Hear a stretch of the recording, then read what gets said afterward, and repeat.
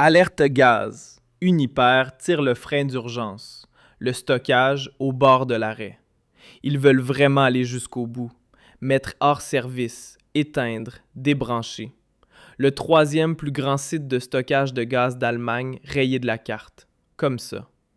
Uniper, un groupe détenu à 99% par l'État, donc de fait sous le contrôle du gouvernement, veut fermer le site de stockage de Breitbrunn en Bavière. Pas en 2030, pas dans un futur lointain, mais maintenant. Maintenant, à un moment où les niveaux de stockage en Allemagne sont tombés sous les 40%, à un moment où chaque point de pourcentage compte, et je le rappelle, alors même que la loi impose que ce stockage soit rempli à au moins 40% au 1er février, la réalité, à peine 19%. Ce qui se passe ici n'est pas une erreur. Ce n'est pas un problème technique. C'est un calcul politique. La Bavière, colonne vertébrale industrielle du pays, se tient au bord d'une pénurie de gaz. Et que font les responsables? Ils coupent, tout simplement. Salutations ironiques à tous ceux qui, en entendant sécurité d'approvisionnement, pensent encore à la responsabilité. Et si vous croyez qu'il s'agit d'un cas isolé, d'un malheureux accident, alors regardez l'état général de la situation. Les chiffres publiés sur le site officiel de l'Agence fédérale des réseaux sont accessibles à tous et ils dressent un tableau inquiétant. Nous perdons près de 1% de gaz par jour et passer sous la barre des 40%, c'est la voie directe vers la prochaine crise. Mais non, ce n'est visiblement pas suffisant. Pendant que d'autres pays constituent des réserves énergétiques stratégiques, l'Allemagne démonte les siennes. Au lieu de soutenir, on bloque. Au lieu de sécuriser, on joue au poker. Pourquoi? Parce qu'on mise sur des châteaux en l'air. Le Qatar, des contrats qui n'en sont pas, des ateliers à la place de véritables accords de livraison. Le partenariat énergétique tant vanté avec le Qatar? Un simple coup de communication. Selon Apollo News, il ne consistait qu'en atelier. Et quand on demande alors où est le gaz? Eh bien, silence radio à Berlin.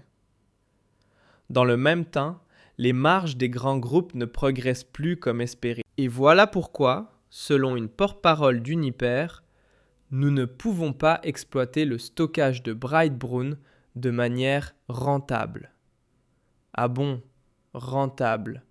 Voilà donc le critère appliqué aux infrastructures critiques.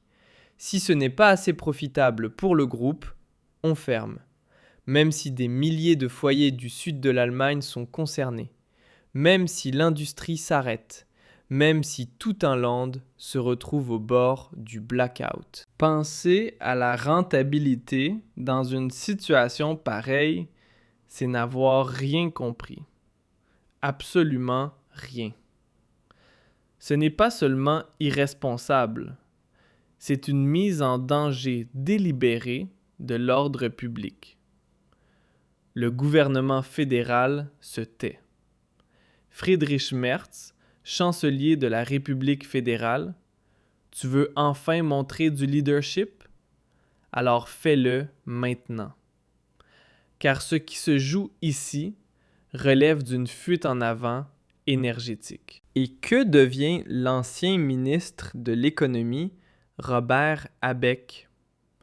L'homme qui, en 2022, 2023 et 2024, faisait comme s'il maîtrisait la sécurité énergétique, qui invoquait les éoliennes comme d'autres le Père Noël, et qui voulait nous vendre la fusion nucléaire comme une rédemption, quelque part vers 2046. La réalité est tout autre. La réalité, c'est que maintenant, pas plus tard, des centaines de milliers de personnes pourraient avoir froid. La réalité, c'est que maintenant, pas plus tard, des entreprises réduisent la production en masse, licencient, ferme des sites. Mais revenons à Breitbrun. Le site n'est pas un projet quelconque. C'est le plus grand stockage de gaz de Bavière. Sur une capacité de 11,5 TWh, il n'en reste plus que 2,2. Et cela alors même que le remplissage est déjà techniquement plus complexe que dans d'autres stockages. Il s'agit d'un stockage poreux, plus lent, plus coûteux. Oui, mais c'est précisément pour cela qu'il a été conçu comme stockage saisonnier, pour l'hiver, pour maintenant. Et malgré tout, on veut le fermer. Il devrait encore fonctionner jusqu'en 2027, puis ce sera fini. Définitivement. Combien d'hivers reste-t-il d'ici là? Exactement 2. 2 hivers où la Bavière avance sur le fil du rasoir. 2 hivers où une seule vague de froid suffit à faire basculer l'approvisionnement. Et ensuite, tout le monde regardera, médusé. Mais le gouvernement dira « Nous avions prévenu ». Bien sûr, comme pour le Covid, comme pour l'inflation, comme pour la migration. Prévenir, ils savent faire. Agir en revanche, silence radio. Et ce n'est pas un hasard si, une fois de plus, la Bavière est touchée. Le Land a la plus forte puissance économique, aux besoins les plus élevés, mais aussi à la critique la plus mordante de la politique énergétique berlinoise. Hubert Aiwanger, ministre bavarois de l'énergie, a déjà annoncé son opposition. Il exige que l'Agence fédérale des réseaux refuse l'autorisation de mise à l'arrêt. Mais est-ce que cela suffira? Petite note personnelle. Pour que ces sujets restent visibles, abonnez-vous, activez la cloche et partagez votre avis en commentaire. Vous pensiez que c'était tout? Non, ce n'était que le début.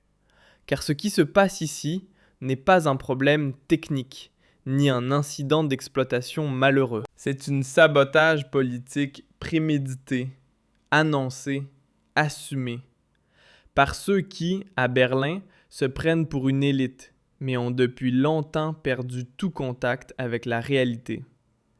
Car pendant qu'en Allemagne du Sud, un site de stockage de gaz après l'autre bascule sur la liste rouge, nos dirigeants préfèrent rêver à l'avenir radieux de l'énergie verte. Des éoliennes qui tournent à peine quand le vent ne souffle pas.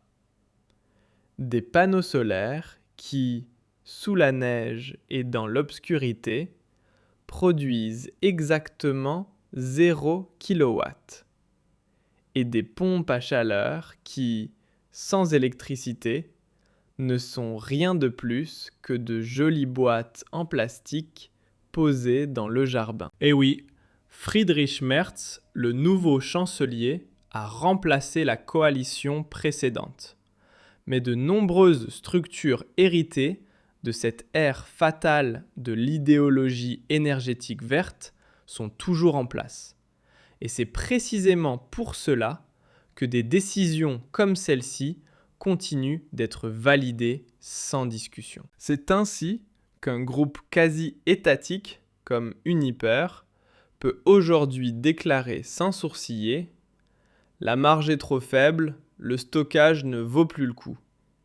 Comme si l'approvisionnement en gaz était une option facultative au même titre qu'un abonnement Netflix ou Spotify Premium. On se demande sérieusement, ont-ils perdu tout sens des réalités?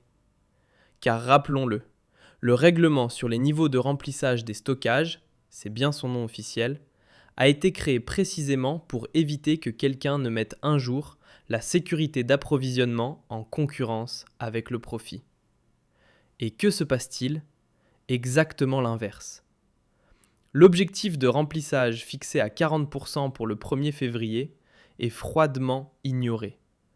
On est à 19% et personne n'intervient. Il ne s'agit pas ici d'un détail secondaire. Il s'agit de l'énergie, de l'épine dorsale de notre industrie, de l'approvisionnement de la population en chaleur, en lumière et en électricité. Et malgré cela, on abandonne Breitbrun comme une patate brûlante. Comme si tout cela n'était qu'un vestige encombrant du passé. Comme si la sécurité d'approvisionnement était négociable. Et puis cet argument de la rentabilité, désolé, mais si les infrastructures critiques doivent soudain être économiquement rentables, autant privatiser directement les pompiers. Désolé, votre maison brûle, mais l'intervention n'est pas rentable. Absurde ? Bienvenue en Allemagne en 2026. Et non, ce n'est pas la faute du mauvais temps. Ce n'est pas parce que l'hiver serait plus froid que prévu. Ce n'est pas parce que le Qatar ne livrerait pas soudainement. La vérité, c'est que l'Allemagne s'est engagée en toute connaissance de cause dans cette impasse. La vérité, c'est qu'avec l'arrêt des 3 dernières centrales nucléaires en 2023, en pleine plus grande crise énergétique depuis des décennies, on a définitivement coupé le courant. On a sacrifié une énergie sûre et pilotable sur l'autel de l'idéologie. Et maintenant, on parle de fusion nucléaire. Sérieusement, Merz, Habeck, Baerbock, tous s'accrochent à cette illusion technologique du futur comme à une dernière bouée de sauvetage. Alors que tout le monde le sait. Même en cas de progrès, une utilisation à grande échelle de la fusion nucléaire est encore à des décennies de distance. Des décennies. Et nous avons besoin d'énergie maintenant, aujourd'hui, cet hiver, pas en 2046. Mais revenons à la réalité. Le sud de l'Allemagne est sur le point de basculer dans une véritable situation de pénurie. Pas seulement pour les ménages, mais surtout pour l'industrie, les PME, les artisans, pour l'économie qui fait tourner ce pays. Et si vous pensez que cela ne vous concerne pas, attendez de voir les prix exploser, votre boulanger arrêter de cuire le pain, votre employeur annoncer du chômage partiel faute de gaz. Et pourquoi ? Parce qu'Uniper, ce groupe quasi-étatique, préfère stocker ce qui rapporte plutôt que ce qui est nécessaire. Parce que Berlin investit davantage dans des campagnes de communication que dans des stockages de gaz, parce qu'on préfère parler de diversité plutôt que de sécurité d'approvisionnement, parce que l'idéologie l'emporte sur la raison. Petite interruption. Pendant que vous regardez cette vidéo, le gouvernement planifie des mesures qui vous concerneront, que vous le vouliez ou non. La question est simple. Avez-vous un plan ? Sinon, cliquez sur le lien sous cette vidéo. Notre nouveau système de préparation aux crises vous montre précisément comment vous protéger juridiquement, financièrement et concrètement avant que la prochaine grande mesure n'arrive. En 2026, ne pas être préparé relève de la faute personnelle. Et l'Union européenne, comme toujours, elle regarde ailleurs, parle du Green Deal, de budget carbone et de stratégie hydrogène, pendant qu'en Allemagne, la flamme du gaz s'éteint lentement mais sûrement. Salutations ironiques à tous ceux qui associent encore le mot transition énergétique au progrès. Celui qui ne se réveille pas maintenant est irrécupérable. Car ce qui se passe ici n'est plus une crise. C'est un échec de l'État en pleine lumière. Et tout le monde regarde. Nous avançons, les yeux ouverts, vers le moment où la lumière s'éteindra. Et ce n'est pas une métaphore. La seule question est: qui tirera enfin le frein d'urgence? Qui mettra fin à cette folie? Peut-être la Bavière, peut-être Hubert Aiwanger, qui, au moins, proteste contre la fermeture. Peut-être un gouvernement fédéral qui se décide soudain à assumer ses responsabilités. Ou faudra-t-il d'abord l'effondrement total pour que quelqu'un comprenne que cela ne peut plus continuer ainsi? Quoi qu'il en soit, une chose est sûre, Si la politique continue sur cette voie, le prochain hiver sera vraiment glacial. Pas seulement sur le thermomètre, mais aussi sur le plan politique. Car un jour, la colère descendra dans la rue. Un jour, les gens demanderont « Pourquoi avez-vous laissé faire?